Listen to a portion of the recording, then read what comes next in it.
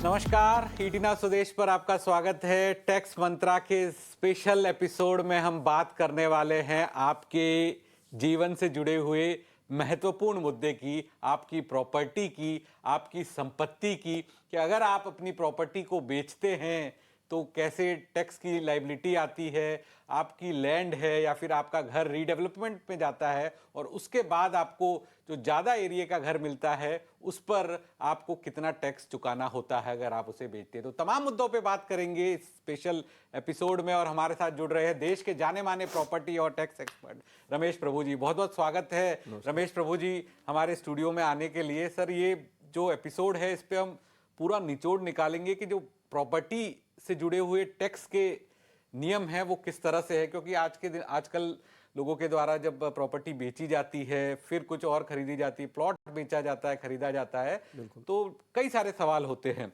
तो मैंने सर पूरी लिस्ट बनाई है जो हमारे दर्शकों के सवाल थे, उसी से आपसे समझना चाहेंगे एक्सपर्ट आपकी एडवाइस। तो सबसे पहला सवाल मैं आपसे ही पूछूंगा सर, अब हम मुंबई में हैं, मुंबई में रीडेवलपमेंट काफ़ी तेज़ी से बढ़ रहा है, तो रीडेवलपमेंट के अंदर जो ज़्यादा एरिया मिलता है तो उस पर टैक्स की लायबिलिटी कैसे आती है अगर रीडेवलपमेंट प्रॉपर्टी को अगर बेचा जाए तो?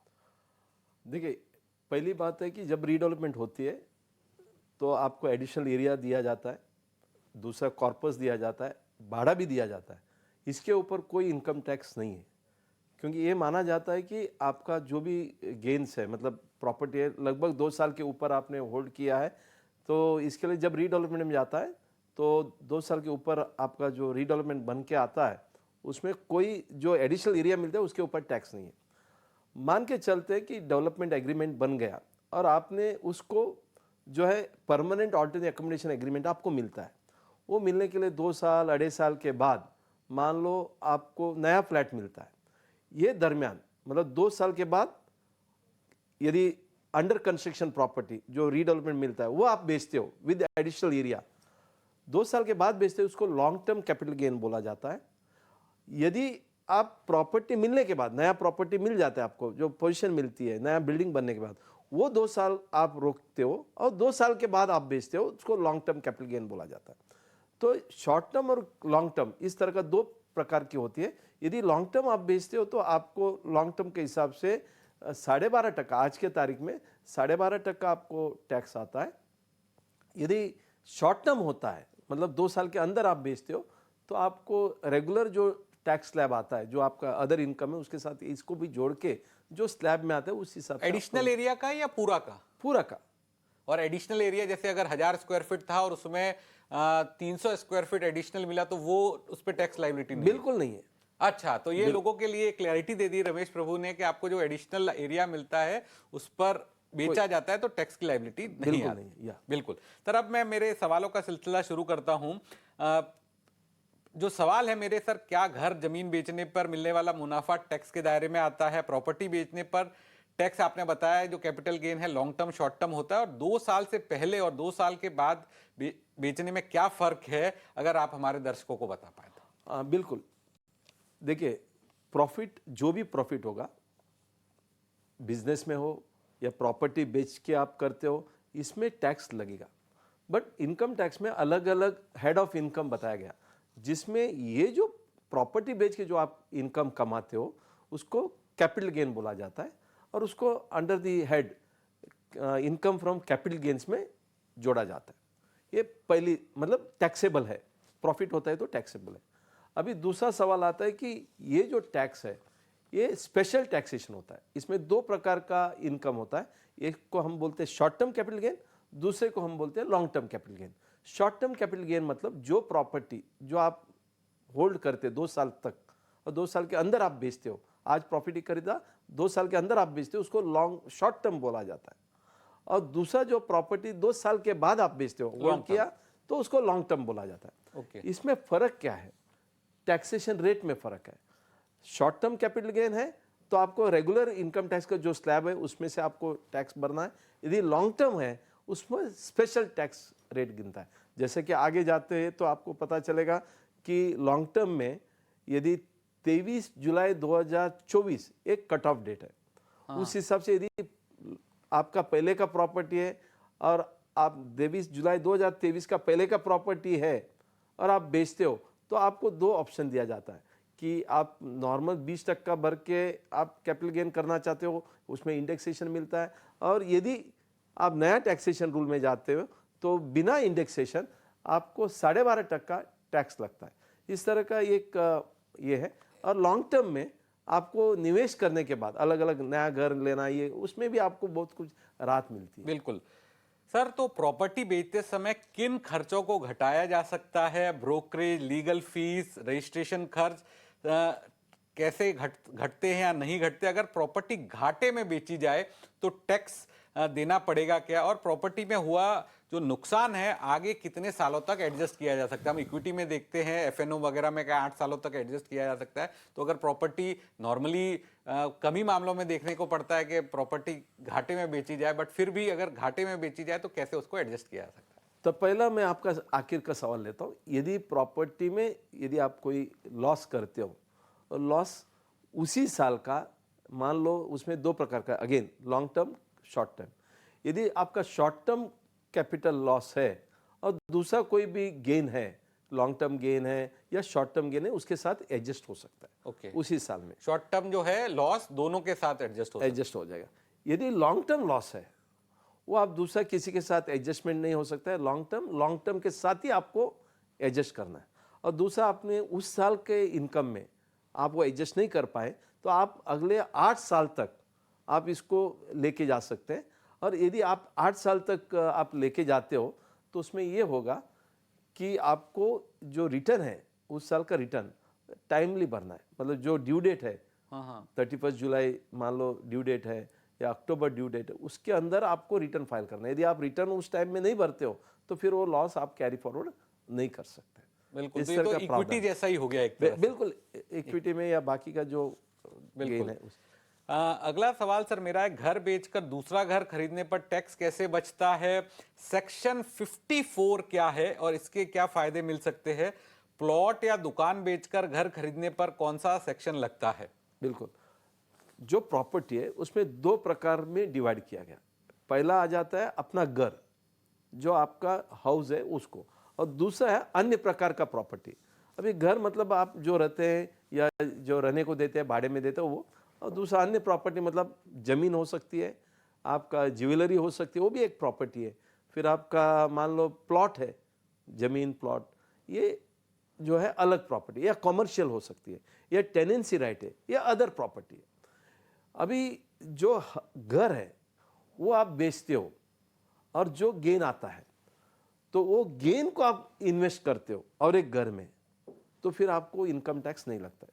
सेक्शन 54 है, उसके अंदर ये बताया गया, you sell one house and buying another house out of the capital gain, जो मुनाफा आप करते हो उसके ऊपर आपको इनकम टैक्स नहीं लगता है। लेकिन 2024 में जो बजट में एक प्रावधान ये किया है, यदि कैपिटल गेन भी होता है, आपका 10 करोड़ के ऊपर जाता है, मान लो एक प्रॉपर्टी बेचा आपने 25 करोड़ गेन किया, मुनाफा के, तो फिर आप 10 करोड़ तक की निवेश कर सकते हैं।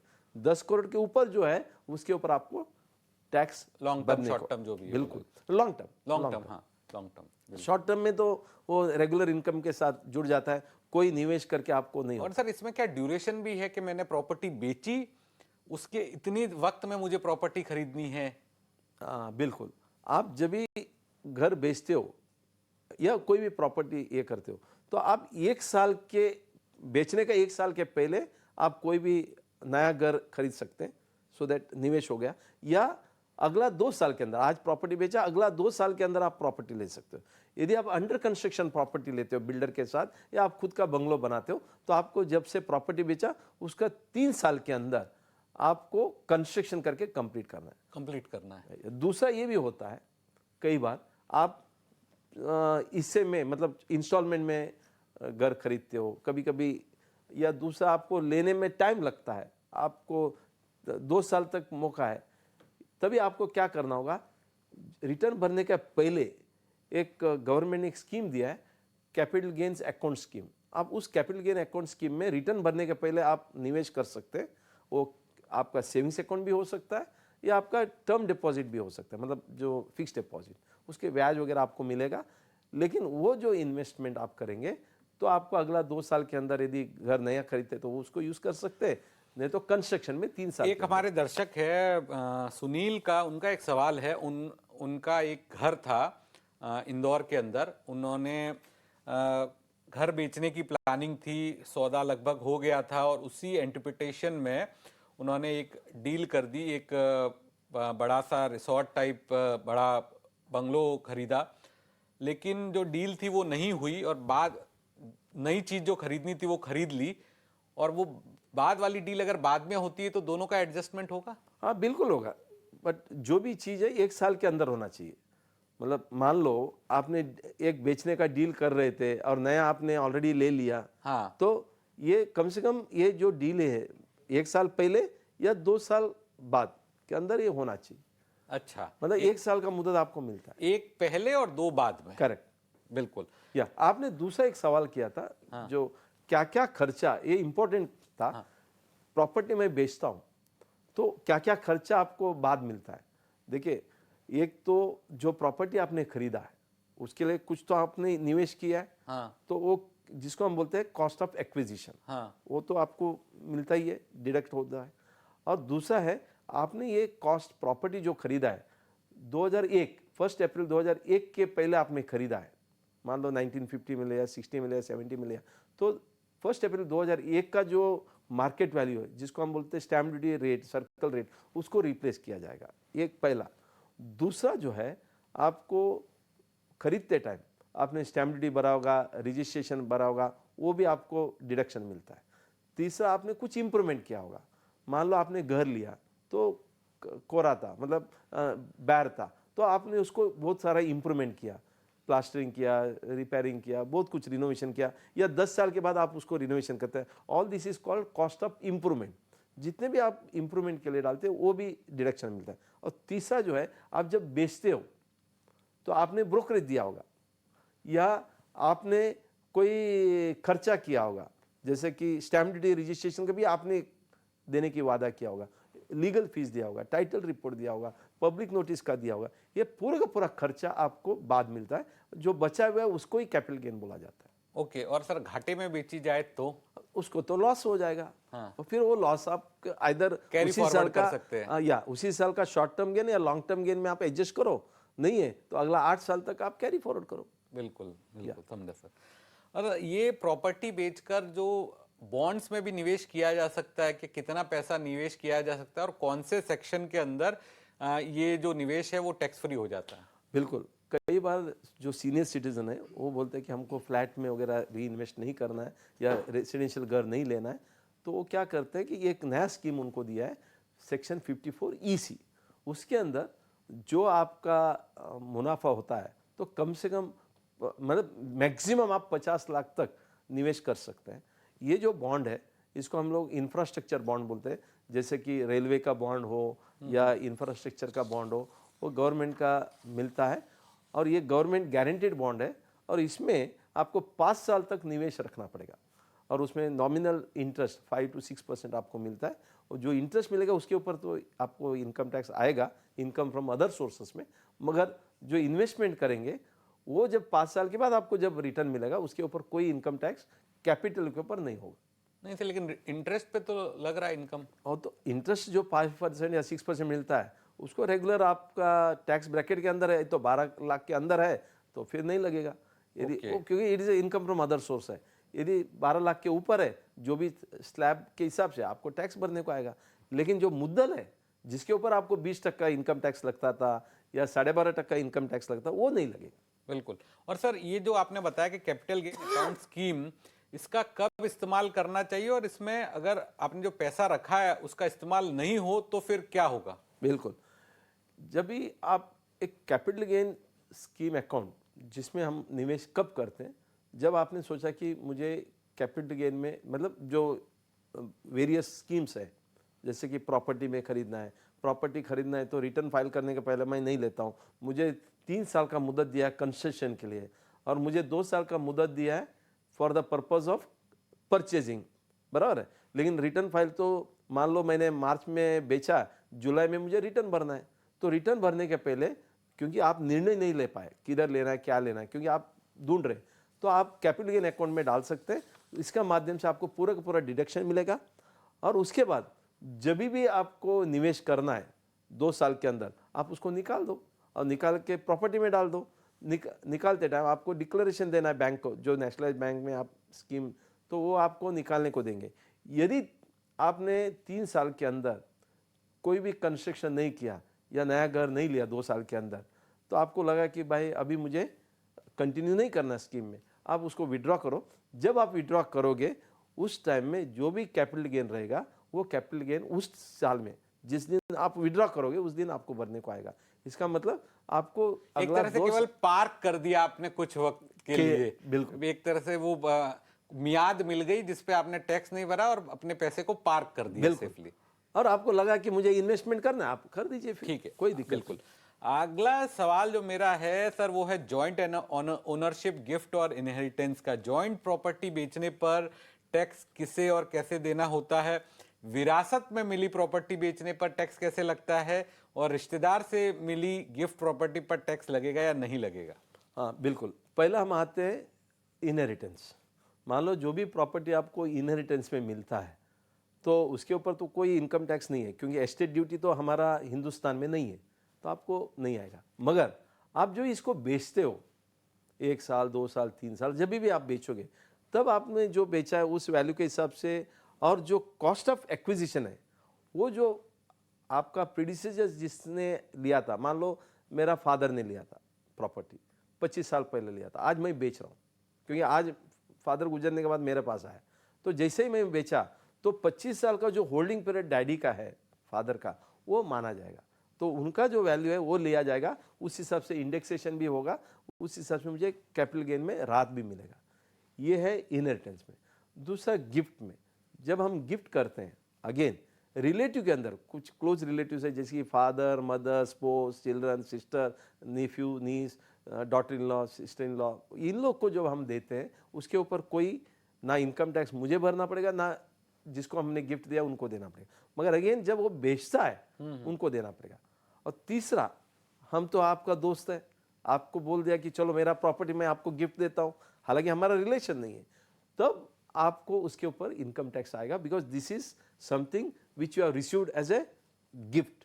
तो वो गिफ्ट का जो मार्केट वैल्यू माना जाएगा उसके ऊपर आपको फिर इनकम टैक्स देना पड़ेगा। Income from other source, other source वो भी 50,000 के ऊपर का। हर प्रॉपर्टी का वैल्यू तो 50,000 के ऊपर होता है। मगर आपका शादी हो रहा है और शादी के टाइम पर मैं आपको एक बंगलो, एक गिफ्ट देता हूं, वो एक लाइफ टाइम एक इवेंट आता है, तो उसके ऊपर कोई इनकम, फ्रेंड्स भी दे सकते हैं, कोई भी दे सकता है। अच्छा, तो लोगों को ध्यान रखना चाहिए, अगर आपको गिफ्ट लेना है अपने यार दोस्तों से, किसी बॉस से या किसी परिचित से, तो शादी के मौके पे लीजिए। शादी का मौके पे ऐसा कुछ मौके में आप ले लो तो वो पूरी तरह से कोई टैक्स लायबिलिटी बिल्कुल नहीं, दोनों तरफ से, बिल्कुल। लेकिन वो आप मान लो आपका हैसियत के हिसाब से होना चाहिए।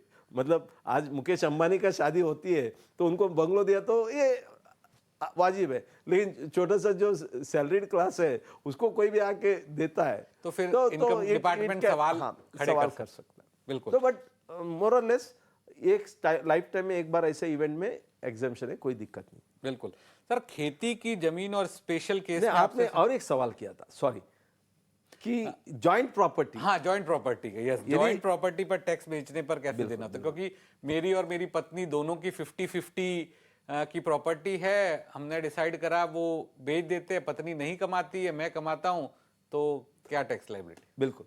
देखिए, जब भी जॉइंट प्रॉपर्टी लेती है और उसमें कोई एग्रीमेंट में किसका कितना परसेंटेज है नहीं लिखा, ये माना जाएगा कि इट इज इक्वल। मान लो वाइफ ने कंट्रीब्यूट भी नहीं किया, प्रॉपर्टी जॉइंटली लिया, इट इज अंडरस्टूड ये जॉइंट है, क्योंकि गिफ्ट में कभी इनकम टैक्स नहीं लगता है, तो इस हिसाब से वो जॉइंट प्रॉपर्टी माना जाएगा, 50-50 हो जाएगा। मगर कई जगह में क्या होता है, डैडी ने 90% इन्वेस्ट किया, मैंने सिर्फ 10% इन्वेस्ट किया, तो फिर वो जिस तरह से हमने निवेश किया है प्रॉपर्टी के अंदर, उस हिसाब से हमें इनकम टैक्स प्रोपोर्शनेटली देना पड़ेगा। उनको 90% देना होगा और मुझे 10% देना होगा। वाइफ ने 40% दिया है, हस्बैंड ने 60% दिया है निवेश में, तो फिर प्रोपोर्शनली 60-40 में वो डिवाइड होगा। इनकम भी, जो कैपिटल गेन भी, बिल्कुल बिल्कुल कैपिटल गेन भी, ठीक है सर, ग्रामीण कृषि भूमि बेचने पर टैक्स किस तरह से लगता है और शहरी कृषि भूमि पर टैक्स कैसे लगता है? बिल्कुल, देखिए रूरल जहाँ खेती होती है और 10,000 के ऊपर पॉपुलेशन नहीं है, जिसको हम रूरल एरिया बोलते हैं, तो उधर जो भी प्रॉपर्टी आप बेचते हो, तो या मतलब एग्रीकल्चर प्रॉपर्टी, तो कोई इनकम टैक्स नहीं है। Agriculture income is exempted from income tax. Okay. तो नहीं, अगर मेरी भी कोई जमीन है जहाँ पे खेती होती है और उसको मैं बेचता हूँ, कोई टैक्स नहीं? वो अर्बन एरिया में नहीं होना चाहिए, रूरल एरिया में। रूरल एरिया में है तो कोई प्रॉब्लम नहीं।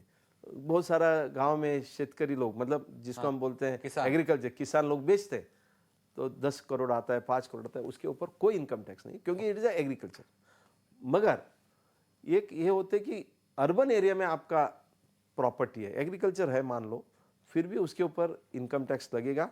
यदि आपको उससे बचना है तो फिर आप क्या करो, और एक एग्रीकल्चर लैंड ले लो, तो फिर आपको उसके ऊपर इनकम टैक्स नहीं लगेगा। वो 54B एक सेक्शन है, वो आपको 2 साल के अंदर नया एग्रीकल्चर लैंड लेना है तो भी आपको इनकम टैक्स उसके उतने ही पैसे का, उतने ही पैसे का कंसिडरेशन अमाउंट का, उतनी कंसिडरेशन अमाउंट का। ठीक है सर, अब मैं आखिरी, हमारे शो के आखिरी दौर में आ रहा हूं और हमारे जो एनआरआई दर्शक है उनके सवाल है कि प्रॉपर्टी बेचते समय एनआरआई से प्रॉपर्टी खरीदने पर किस तरह की जिम्मेदारी होती है और प्रॉपर्टी बेचते समय टीडीएस कब और कितना कटता है? बिल्कुल। जब आप एनआरआई, आपको पता है कि ये जिससे मैं खरीद रहा हूँ वो लोकल सिटीजन है या एनआरआई, वो तो आपको देखना है। यदि लोकल सिटीजन है तो आपको आधार कार्ड, पैन कार्ड सब मालूम पड़ता है, तो और इधर रहता है, आपको पता भी है, तो 1% टीडीएस होता है। यदि आपका property value more than 50 lakh है, 50 लाख के ऊपर है, तो आपको 1% टीडीएस काटना है, उसको भरना है।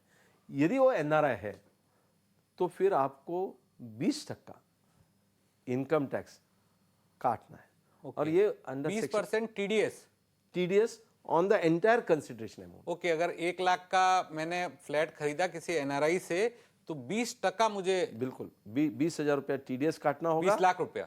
हाँ, 1 करोड़ का प्रॉपर्टी तो 20%, मतलब 20 लाख रुपए आपको टीडीएस काटना होगा और 20 लाख रुपए आपको गवर्नमेंट में भरना पड़ेगा ऑन बिहाफ ऑफ एनआरआई। मान लो एनआरआई आप जैसा एक सज्जन व्यक्ति है और बोलते हैं कि नहीं मुझे तो इतना टैक्स नहीं लगता है, तो फिर आप इनकम टैक्स में जाके तो उसको रिडक्शन कर सकते हैं। बिल्कुल सर, आखिर में मैं आपसे समझना चाहूंगा, कई बार होता है भारत में जो सर्कल रेट से कम में भी सौदा किया जाता है, कई मौकों पे हमने देखा है, तो वहां पर टैक्स कैसे कैलकुलेट होता है और क्या आपको लगता है उसमें कुछ जोखिम है? इनकम टैक्स डिपार्टमेंट की जांच हो सकती है? हाँ बिल्कुल, देखिए इनकम टैक्स डिपार्टमेंट ये बोलते हैं कि आपको जो भी प्रॉपर्टी का ट्रांजैक्शन है वो सरासर बैंकिंग ट्रांजैक्शन के हिसाब से होना चाहिए। इधर बैंकिंग ट्रांजैक्शन मतलब एनएफटी या चेक्स का व्यवहार होना चाहिए, अकाउंट पे चेक से होना चाहिए। मान लो ये नहीं होता है, और ये रोकने के लिए गवर्नमेंट ने क्या किया, एक सेक्शन 50C इंट्रोड्यूस किया। उसमें ये बताया गया कि जो भी प्रॉपर्टी आप सर्कल रेट से कम बेचते हो या जिसको हम बोलते हैं गाइडेंस वैल्यू से कम बेचते हो, वो जो डिफरेंस अमाउंट है उसको टैक्स लगाया जाता है। लेने वाले को भी लगाया जाता है, प्रॉपर्टी लेने वाले को, और बेचने वाले को भी लगाया जाता है under income from other sources. इसके लिए लोगों को बहुत सावधानी से ये देखना है कि जो हमारा एग्रीमेंट है उसका सर्कल रेट से कम नहीं होना चाहिए। हाँ, फिर भी जिसको हम बोलते हैं कई बार एक सेफ हार्बर मतलब 10% तक ये कम बेचेगा तो भी चल जाएगा। मतलब 1,20,00,000 सर्कल रेट आ रहा है तो 1,10,00,000 हाँ करोड़, 1,10,00,000 तक आप बेच सकते हो। बिल्कुल, 10% कम होता है तो एक बार चल जाएगा, बट उससे कम नहीं होना चाहिए। उससे कम हुआ तो आजकल तो इंक्वायरी बनेगा, फिर उसके ऊपर स्क्रूटिनी होगा और ऊपर से आपको डिफरेंशियल अमाउंट के ऊपर टैक्स भी आएगा। बिल्कुल। आखिरी सवाल होगा मेरा सर इस शो में आपसे, प्रॉपर्टी बेचने के बाद तुरंत क्या आईटीआर फाइल करना जरूरी है? क्योंकि कई लोग अगर आईटीआर फाइल नहीं करते तो प्रॉपर्टी आपने बेची है तो आईटीआर फाइल करना एक सेफ ऑप्शन है? नहीं, आईटीआर तो आपको हमेशा तो भरना ही है, और जब आप प्रॉपर्टी बेचते हो तो आपको 100% आईटीआर भरना है, क्योंकि जो प्रॉपर्टी का कीमत है 30 लाख के ऊपर है, इसका इमीडिएटली इंफॉर्मेशन चला जाता है online live income tax department. Income tax department में वो पैन नंबर के साथ जोड़ा जाता है और आधार के साथ जोड़ा है। और यदि आपका ये इनकम टैक्स रिटर्न नहीं भरा, आप समझ लो और आपको नोटिस जरूर आएगा। पहला शोकॉज नोटिस आएगा, आपने ये प्रॉपर्टी बेचा है तो आपने रिटर्न भरा नहीं, आप भरो, और नहीं भरते हैं तो उसके ऊपर भी आपको कार्रवाई होगा। दूसरा, जब आप प्रॉपर्टी बेचते हो तो आपको एडवांस टैक्स भी भरना उतना ही जरूरी है। जैसा कि 15 जून तक 15%, 15 सितंबर तक 45%, और उसके बाद 15 दिसंबर तक आपको 75%, जो भी कैपिटल गेन आता है उसके ऊपर एडवांस टैक्स भरना है, और 15 मार्च तक 100% एडवांस टैक्स आपको भी भरना है। बिल्कुल। बहुत बहुत शुक्रिया रमेश प्रभु जी, आज हमारे टैक्स मंत्रा के प्रॉपर्टी स्पेशल शो में तमाम बातों को, प्रॉपर्टी से जुड़ी हुई जो तमाम पहलू है वो आपने ना ही, आप चाहे तो इस स्पेशल एपिसोड को अपने पास सेव करके भी रख सकते हैं, इसका लिंक सेव करके रख सकते हैं, तो भविष्य में कभी भी आपको प्रॉपर्टी और टैक्स से जुड़ी हुई बात को समझना हो तो इसे देख सकते हैं, अपने दोस्तों के साथ शेयर कर सकते हैं। तो ईटी नाउ स्वदेश पर स्पेशल एपिसोड में इतना ही, लेकिन बाकी खबरों के लिए आप बने रहिए ईटी नाउ स्वदेश के साथ।